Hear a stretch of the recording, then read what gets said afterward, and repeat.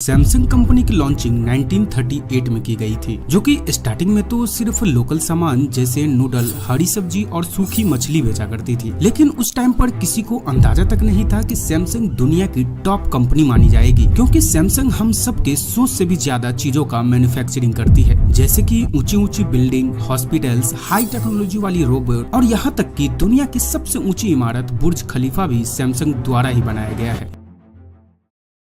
ली ब्यूंग चुल, जिसने 28 साल की उम्र में सैमसंग कंपनी की स्थापना की थी। ली ब्यूंग चुल कहते हैं कि एक दिन उन्हें अपने कैरियर को लेकर घबराहट सी होने लगी और तभी वह अपना टारगेट बनाया और उस पर काम करने लगे। और आज के टाइम पर सैमसंग की क्या पहचान है वो हम सब तो अच्छे से जानते हैं। लेकिन दोस्तों, सैमसंग की जर्नी में एक ऐसा भी मोड़ आया कि जैसे लग रहा था अब सैमसंग कंपनी बिल्कुल ही खत्म हो जाएगी, क्योंकि उस समय कोरिया में हुए युद्ध के बाद सैमसंग कंपनी पर काफी खतरनाक प्रभाव पड़ा था। एक्चुअल में युद्ध के बाद कोरिया में वर्करों और प्रोडक्शन के सामान की कमी होने लगी, इसलिए ली ब्यूंग चुल ने अपने बिजनेस में ग्रोथ लाने के लिए और जनता के लिए कम कीमत में मिलने वाली प्रोडक्ट बनाना शुरू कर दिया। और उसने युद्ध के बाद सबसे पहले चीनी और रिफाइन का प्रोडक्शन शुरू किया और फिर उस प्रोडक्ट से हुए प्रॉफिट का इस्तेमाल करके उन्होंने देश का सबसे बड़ा ऊन कंपनी बनाया और फिर से इस ऊन के मिल से जो प्रॉफिट हुआ उसका इस्तेमाल करके कपड़े का भी प्रोडक्शन शुरू कर दिया, जिससे सैमसंग की फाइनेंशियल प्रॉब्लम में काफी सुधार आने लगा। और जब इन सब से जो भी पैसा आने लगा उसे और नए बिजनेस में इन्वेस्ट करना शुरू कर दिया, जैसे कि pharma sector, insurance policy. In fact Samsung के लिए इंश्योरेंस जैसी कंपनी पर काम करना बहुत ही प्रॉफिटेबल बन गया था और कुछ ही दिनों में सैमसंग दक्षिण कोरिया में सबसे बड़ा इंश्योरेंस प्रोवाइडर भी बन गया। दोस्तों, वहीं सैमसंग के जन्मदाता ली ब्यूंग चुल कुछ ही दिनों में देश के सबसे अमीर और पावरफुल बिजनेसमैन बन गए। लेकिन फिर भी सवाल तो यही है कि सैमसंग स्मार्टफोन के मार्केट में कैसे इतना तेजी से फैल गया। सो बात करते हैं 1968 में, जब सैमसंग की टीम ने एक बैठक बुलाया जिसमें उन्होंने एक नेक्स्ट मार्केट यानी कि इलेक्ट्रॉनिक सेक्टर में एंटर करने का फैसला किया। फिर उसके ठीक एक साल बाद ही सैमसंग इलेक्ट्रॉनिक सेक्टर में भी पूरी तरह से स्थापित हो गया और सैमसंग इलेक्ट्रॉनिक सेक्टर में सबसे पहले 12 इंच का ब्लैक एंड व्हाइट टीवी बनाकर दुनिया के सामने लॉन्च किया, जो काफी लोगों को पसंद आया। और फिर सैमसंग इलेक्ट्रॉनिक मार्केट में भी नंबर 1 मैन्युफैक्चरर बन गया। अब इस प्रोडक्शन ने इन्हें इतना मोटिवेट किया कि ये घरेलू चीज भी बनाना शुरू कर दिया, जैसे कि 1979 में माइक्रोवेव बनाया, 1980 में एयर कंडीशन बनाया और फिर 1981 में उन्होंने 10 लाख कलर टीवी का भी प्रोडक्शन किया और साथ ही साथ 1983 में पर्सनल कंप्यूटर पर भी काम करना शुरू कर दिया। लेकिन इन सब प्रोडक्ट का क्रिएशन तो आसानी से हो रहा था, बट उन्हें रियलाइज हुआ कि इन सभी इलेक्ट्रॉनिक प्रोडक्ट में जो सेमीकंडक्टर का इस्तेमाल होता है वह अलग अलग जगह से ना लाकर खुद ही प्रोडक्शन स्टार्ट कर देना चाहिए। और हुआ भी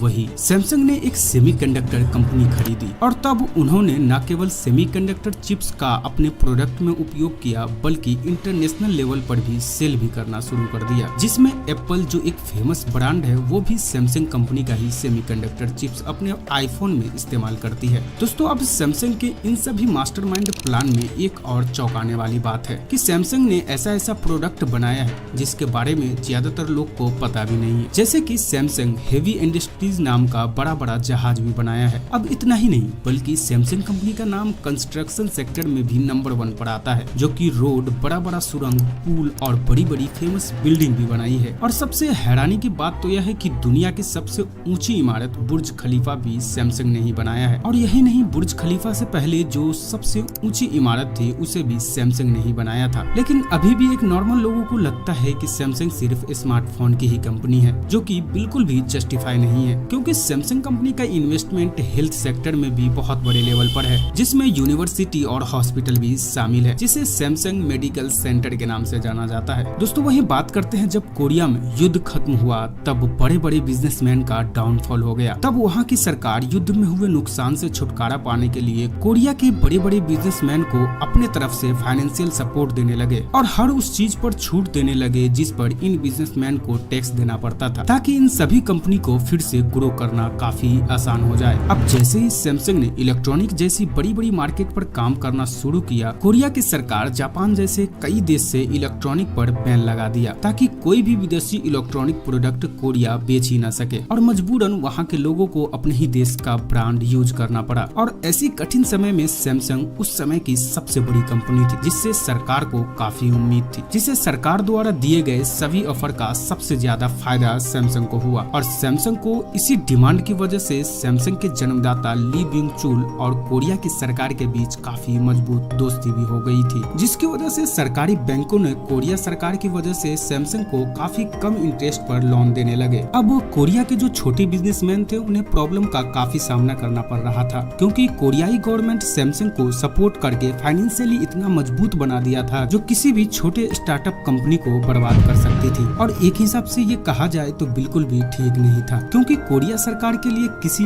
एक ही कंपनी को आगे बढ़ाकर उस पर निर्भर रह जाना ये बिल्कुल भी सही नहीं था, क्योंकि अगर पिछले युद्ध की तरह कोई और घटना घटती तो दक्षिण कोरिया के अर्थव्यवस्था पर काफी भयानक प्रभाव पड़ सकता था। और 2014 के स्टडी के अनुसार पूरे साउथ कोरिया के अर्थव्यवस्था में अकेले सैमसंग का 17 इंडस्ट्री शामिल था। इस स्टडी में और भी कई कंपनी थी जैसे कि हुंडई, LG, लेकिन इन सब में सैमसंग का बहुत बड़ा योगदान था साउथ कोरिया की इकोनॉमी में। अब उसी बीच साल 1987 में सैमसंग के मालिक ली बिंग चुल की डेथ हो गई, जिसके बाद उसके बेटे जिसका नाम है ली कन, उन्होंने ही सारा कारोबार संभाला। लेकिन एक तरफ जहां सैमसंग के संबंध वहां की गवर्नमेंट के साथ काफी अच्छी थी, वहीं उनके गुजर जाने के बाद उनके बेटे के साथ कोरिया की सरकार से काफी खराब हो गई और सैमसंग के नए मालिक उनके बेटे की प्रॉब्लम समय के साथ बढ़ती गई। जैसे 1996 में इनके बेटे पर पास्ट प्रेसिडेंट को रिश्वत देने का आरोप लगा था। हालांकि सरकार में पहले से ही कुछ अच्छे संबंध भी थे, जिस वजह से बिना किसी पनिशमेंट के उन्हें छोड़ दिया गया था। फिर 2008 में फिर से इन पर पॉलिटिक्स फंड का आरोप लगा, यानी कि राजनेताओं को रिश्वत देने का एलिगेशन लगाया गया था, जिसमें जांच करने पर वह पकड़े भी गए थे, जिसके लिए इसने माफी मांगी और अपने पद को छोड़ दिया। फिर उसके 2 ही साल बाद वहाँ की सरकार बदलने और नई प्रेसिडेंटी आने के बाद इन्हें फिर से माफ कर दिया गया और फिर से यह एज ए चेयरमैन काम करने लगे, वो भी इस अंदाज में जैसे पहले कुछ हुआ ही नहीं था। लेकिन बात यहीं तक नहीं रुकती है, बल्कि फिर से इन पर रिश्वतखोरी, करप्शन और टैक्स चोरी का आरोप लगा, जो कि कुछ हद तक सच भी निकला। लेकिन इतना कुछ होने के बावजूद उन्हें ना तो कोई सजा हुई और ना ही उन्हें जेल जाना पड़ा, जिससे साफ पता चलता है कि कोरिया की सरकार और सैमसंग के नए ओनर के बीच संबंध कितने मजबूत है। यहाँ तक कि इस समय के बाद उस पर जो भी एलिगेशन लगाए जा रहे थे उन सभी को वहाँ के राष्ट्रपति के सपोर्ट से उलटफेर कर दिया जाता था और साफ तौर पर माना जाता है कि राष्ट्रपति पद से लेकर पॉलिटिक्स के छोटे से छोटे उम्मीदवार को सैमसंग द्वारा रिश्वत दिया गया था, जिस वजह से वहाँ की सरकार को इनका साथ देना ही पड़ता था। इसी दबाव के कारण वहाँ की मीडिया भी सैमसंग के बैड साइड को नहीं दिखाना चाहती थी, क्योंकि वहाँ की मीडिया को भी पता था कितनी पावरफुल है सैमसंग कंपनी, और इन्हीं सब रीजन से वहाँ के लोगों को सैमसंग के मालिक या पूरी की पूरी सैमसंग कंपनी को भ्रष्टाचार और कानून के ऊपर मानने लगे थे। लेकिन साउथ कोरिया के लिए एक और अच्छी बात थी कि सैमसंग ने भारी मात्रा में वहाँ के लोगों को रोजगार दिया था। अब सैमसंग ने बड़े बड़े प्रोजेक्ट पर काम किया और महंगी महंगी स्मार्टफोन बनाए, लेकिन उससे कुछ घटना भी देखने को मिले। जैसे 2016 में सैमसंग के कई फोन ब्लास्ट होने की खबर आई, जिस वजह से एयरप्लेन में भी सैमसंग के फोन ले जाना बैन कर दिया गया था। और इन सब घटना में सबसे शॉकिंग बात तो ये थी कि इन सभी घटनाओं के बारे में सब कुछ पहले से ही पता था, लेकिन फिर भी जानबूझकर उसे ठीक करने का काम नहीं किया गया। लेकिन जब हद से ज्यादा सैमसंग के डिवाइस ब्लास्ट होने लगे तब मीडिया भी आवाज उठाने लगी, जिस वजह से सैमसंग के पूरे प्रोडक्शन को बंद करना पड़ा।